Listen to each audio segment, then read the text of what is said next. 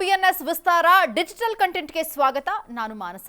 Sai Pallavi ನಟಿಸಬೇಕಾಗಿದ್ದಂತಹ biopic ಈಗ ಸಪ್ತಸಾಗರದ ಚೆಲುವೆ ರುಕ್ಮಿಣಿ ವಸಂತ್ ಪಾಲಾಗಿದೆ. ಸಪ್ತಸಾಗರದಾಚೆ ಎಲ್ಲೋ ಸಿನಿಮಾದ ಮೂಲಕ ಕನ್ನಡಿಗರ ಹೃದಯ ಗೆದ್ದ ರುಕ್ಮಿಣಿ ವಸಂತ್ ಅವರಿಗೆ ಈಗ ಪರಭಾಷೆಗಳಲ್ಲಿ ಭಾರಿ ಬೇಡಿಕೆ ಸೃಷ್ಟಿಯಾಗಿದೆ.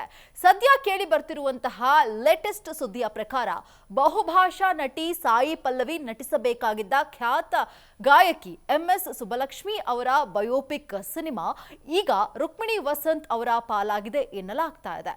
ಸಾಯಿ ಪಲ್ಲವಿ ಅವರು ಪ್ರಸ್ತುತ ರಾಮಾಯಣ ಹಾಗೂ ಮಣಿರತ್ನಂ ಅವರ ಚಿತ್ರಗಳಲ್ಲಿ ಬ್ಯುಸಿ ಆಗಿರುವ ಕಾರಣ ಡೇಟ್ಸ್ ಸಮಸ್ಯೆಯಿಂದಾಗಿ ಈ ಚಿತ್ರದಿಂದ ಹೊರ ನಡೆದಿದ್ದಾರೆ ಎನ್ನಲಾಗ್ತಾ ಇದ್ದು, ಆ ಜಾಗಕ್ಕೆ ರುಕ್ಮಿಣಿ ಅವರ ಹೆಸರು ಕೇಳಿ ಬರ್ತಾ ಇದೆ.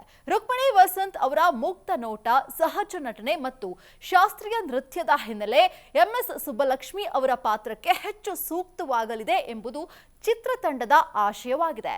ಜರ್ಸಿ ಖ್ಯಾತಿಯ ಗೌತಮ್ ತಿನ್ನನೂರಿ ಈ ಚಿತ್ರವನ್ನ ನಿರ್ದೇಶಿಸ್ತಾ ಇದ್ದು, ಅನಿರುದ್ಧ್ ರವಿಚಂದರ್ ಅವರ ಸಂಗೀತ ಇದರಲ್ಲಿ ಇರಲಿದೆ. ಒಂದು ವೇಳೆ ಈ ಸಿನಿಮಾ ಅಧಿಕೃತವಾಗಿ ರುಕ್ಮಿಣಿ ಅವರ ಕೈ ಸೇರಿದ್ರೆ ಇದು ಅವರ ವೃತ್ತಿ ಜೀವನದ ಅತಿ ದೊಡ್ಡ ಮೈಲಿಗಲ್ಲಾಗುವುದರಲ್ಲಿ ಸಂಶಯವಿಲ್ಲ. ಸಾಯಿ ಪಲ್ಲವಿ ಮತ್ತು ರುಕ್ಮಿಣಿ ಇಬ್ಬರೂ ಕೂಡ ಸಹಜ ಅಭಿನಯಕ್ಕೆ ಹೆಸರಾದವರು. ಈ ಬದಲಾವಣೆ ಅಭಿಮಾನಿಗಳಲ್ಲಿ ತೀವ್ರ ಕುತೂಹಲವನ್ನ ಮೂಡಿಸ್ತಾ ಇದೆ.